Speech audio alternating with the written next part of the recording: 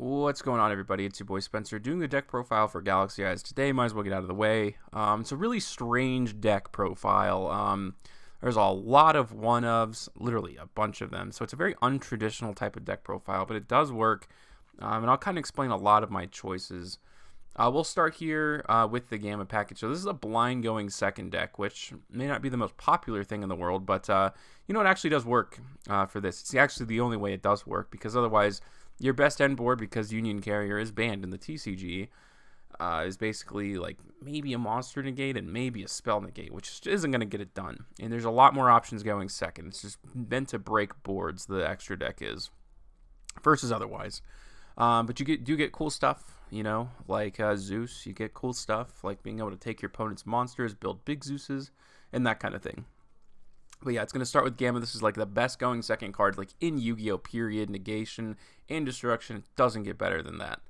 A pivotal use of this card will literally win you the duel. And you'll see that. I have, I think, 3 more replays, which show off pretty much every tech card I can think of.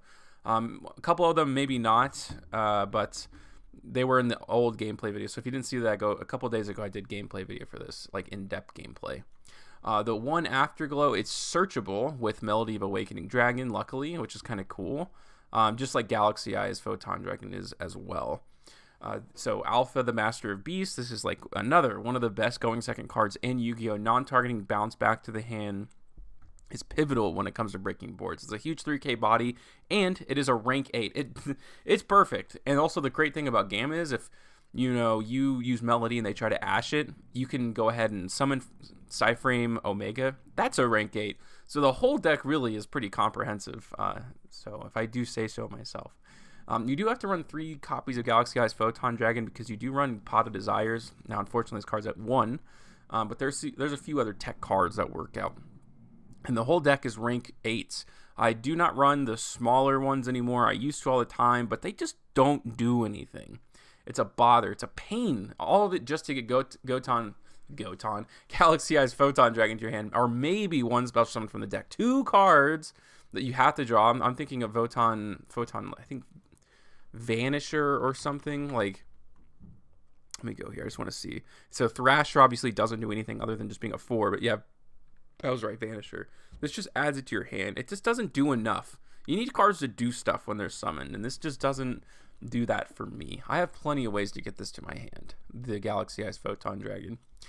Other than that, I do run 3 Danger Bigfoot. It's a great going second card, especially because you're running Trade-In. You're running Melody. If this card's discarded at all, you get to pop a monster. Otherwise, it's just a rank 8 or a level 8 extender, I should say. So this is a good card too. Also, the draw effect is not at once per turn, so theoretically you can use it multiple times. I do run 1 Chaos Dragon Levianeer. This is also a target for Melody of Awakening Dragon, which is really awesome, and it's one of the best extenders. Unfortunately, it's only a hard once per turn, and that's really where the bunch of 1-ups come in, because you have a bunch of hard once per turns, and when you have like giant level 8 bodies, you can't afford to have cards, like you can't afford to see doubles of anything outside of 2. There's 2 exceptions for me, and one of those being Galaxy Knight, because this card, if it's normal summon, essentially is a rank 8, which you need. Chaos Dragon Levianeer is also, but it's searchable with Melody, so it's like you do have multiple copies of it. 1 copy of Galactic Spiral. So essentially, like, the idea behind the deck is that you're going to have a different opening hand. Surprise, you're going to have a different opening hand, but what I mean by that is, like, you're going to get a bunch of 1-of extenders, and like I said, you can't afford to have 2 in your hand, so whatever you get in your hand, it's like, yep, this is going to be my extender for this game, versus, like, maybe hoping, playing multiple copies of this and it being a brick, and I run 2 Nebula Dragon, because this card's a little too important. This card's really important, because it's a rank 8 automatically. Obviously, there's tons of ways to get, this card to your hand, which is pretty nice. But the more important part is there's a lot of cards in Yu-Gi-Oh! That say, if you use this effect, you can only summon this churn, right? And that was the big problem I had, with the Photon. What's that spell card called? Photon Sanctuary. You can't summon monsters for the entire turn except Light. Nebula Dragon is just for the rest of the turn. It locks you into dragons, which is unfortunate because it stops you from going into Zeus. But it's too important. Like, you obviously need to get this to the field, potentially for Afterglow plays. 4 Galaxy Knight plays maybe, although you can't even go into that necessarily. But Mostly for that. Being able to go into rank 8s or usurp everything in the entire deck. And like I said, it's only for the rest of the turn you can summon those Light and Dragon monsters, which is good. The one Galaxy Brave, you know, you can basically, it's a free special summon, not too shabby. Searchable with Galaxy Soldier. I do run Nova and Infinity, but a lot of the times, like, that's where I like Galactic Spiral, because this could turn into a rank 8, which makes a big difference, because you're usually not going to go into Nova and Infinity. Very rarely will you do that. The one Photon Orbital, this is a hard once per turn, so that's all. There's only one copy, just as an extender. It essentially serves the same purpose as Galaxy Soldier in this deck. You will see this card in use. And some more of your hard-going second cards, Lightning Storm. So you're running basically the biggest impact cards that I can possibly think of. That being Gamma, Alpha, Lightning Storm, Danger, Bigfoot, big impact cards. The one Pot of Desires, like I've talked about, which is really cool because it doesn't stop you from drawing cards for the rest of the turn. Normally Pot of cards do that, but you do get 3 trade-in, and obviously, like I said, there's nowhere 4s in this deck outside of Photon Orbital, but that's just an extender. Trade-in is always going to be live. I can't think of a time where I've had this in my hand and I couldn't use it because of like another card, Melody the Waking Dragon, searching you two level 8s that you could use with trade-in if you didn't already hard draw it. Galaxy Expedition is a hard once per turn, so you can only have one copy, at least in my opinion. It's just cool to draw if you get it. Basically gets to get you anything from the deck. Monster Reborn, bringing back 8s, could be the difference between winning and losing the duel, especially with Galaxy Zero as well. It's kind of the same thing. Call by the Grave is just really good, just in general. It's a great card. Against Phoenix Enforcer, more specifically. There was some gameplay I did where this came up, and also there's just a bunch of hand traps people use, of course. I talked about Omega. This card makes a big difference there. The one copy of Zeus, the one Galaxy Eye Cypher X Dragon, which can, any monster that you steal turns into this, a big 4K body, which is awesome. And if you steal an XYZ monster, well, this could just turn into a massive Zeus, depending. Galaxy Eye Cypher Blade, it's a pop. Any card on the field. This pops face-up cards on the field, so potentially you're popping 2. This card, number 62, is pretty good. Although there's one gameplay video where you'll see where it's kind of like, it's like you're so close, but you don't get there when it comes to, ending games, which is really what this is for. Number 97, Dragublian. This helps you go into your number 100 Numeron Dragon. Galaxy Eye Cypher Dragon, the classic. Number 38, Hope Harbinger. Number 90, Galaxy Eyes Photon Lord. Can search your extenders. Can search pretty much anything. It's an Omni Searcher in the deck. You won't use that effect too much because normally the duel ends around that first turn. I talked about Cyber Dragon Nova and Infinity. Obviously goes with Galaxy Soldier. Talked about number 100. Soulflare Dragon's better than I think I originally used to give it credit for, and I almost never go into this anymore, which is interesting. But the Bujin Ashima basically helps you get some rank 8s. It could come up every once in a while, who knows. But when you play less 4s, that's kind of what happens.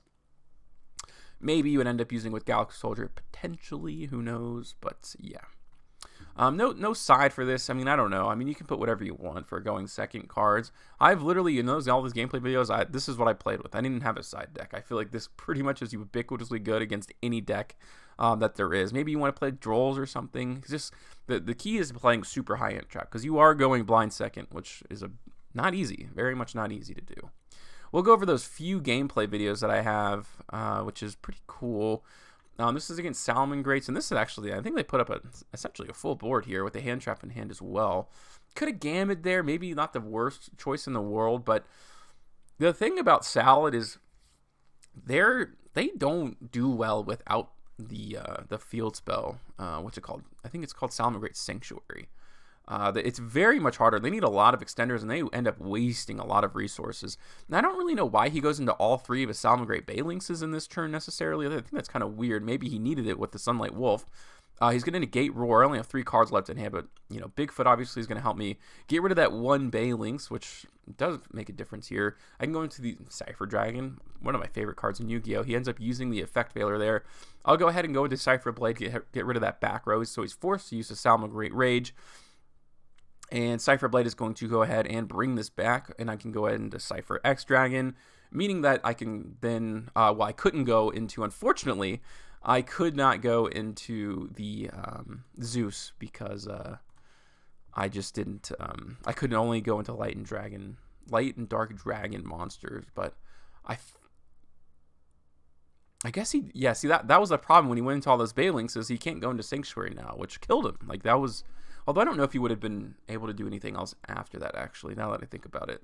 Sanctuary, I don't know if that makes a difference for him. He needed 2 monsters on the board to go into Wolf, and I don't think he could do that. So that, I mean, I technically broke that board, kind of.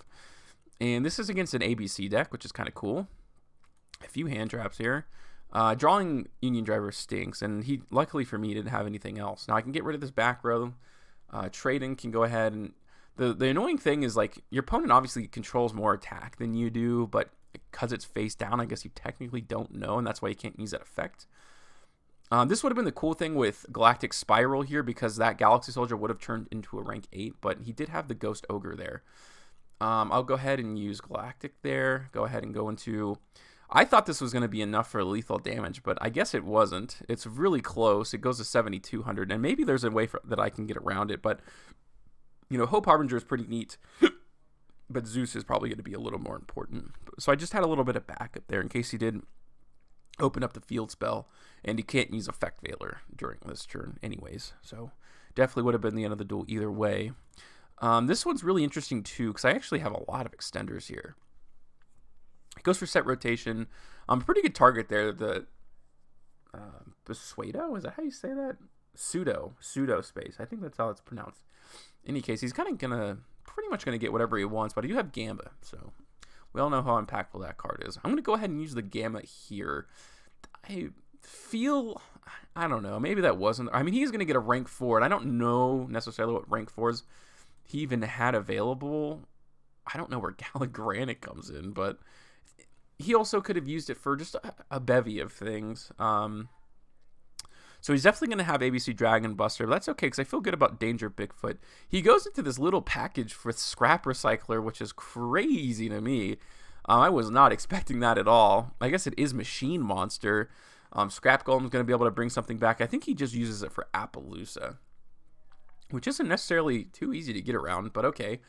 Trade-in, you know, luckily doesn't have an Ash. I mean, that's what I was really worried about. That would have been the end of the duel otherwise, but I'm going to try to pop this ABC Dragon Buster. I'm going to use the first Appaloosa Negate. I can go ahead and draw 2 cards here. You can use another trade-in. I've used almost all of them. And I end up normal summoning. Now, the ideal situation is you're going to normal summon Galaxy Knight to bring this back, so you have a free 8, but I need this Galaxy Expedition to go through, so if I just brought this back, and I use Expedition, and he was to chain Dragon Buster, well, this is going to fizzle out, and I wouldn't be able to use Galaxy Knight anyways, so that was a reasoning behind that. Now, like, this is for sure going to go through, right? He negates the effect of Galaxy Knight, which just gives me attack, I suppose. He uses ABC Dragon Buster just, like, out of nowhere. I don't really know why he did that. But I still had plenty of extenders, actually. So I could have brought in Afterglow, used the last Appaloosa Negate. You know, with the Photon Orbital, I probably could have grabbed, let's see, like Galaxy Soldier. I could have still used Spiral Dragon. I mean, that's just a whole other deal. I could have used this as well. And I think this doesn't actually, but it banished one later. Yeah, this doesn't lock you into anything. So when I brought in an Afterglow, I could have used Galactic Spiral. Or, another thing, I could have waited even more. I could have brought Galaxy Sword in my hand. Pitched Gamma. It's a light monster, which is really cool. Brought that to the field. I still would have had 2 Dragon monsters. I could have bring Galactic Spiral out. Made the Galaxy Sword to rank 8 and gone into multiple versions of it. So, I mean, he really wouldn't have had anything going on. You know, Cypher Dragon could have gone into full armor. It could have popped multiple cards on the field. And I really would have been set up. I mean, that's pretty cool to be able to break a board like that with Galaxy Soldier, I feel like. Or Galaxy Eyes, just in general, I should say. But let me know what you guys think in the comment section down below. Other than that, that's going to do it for today's video, and I'll see you guys next time.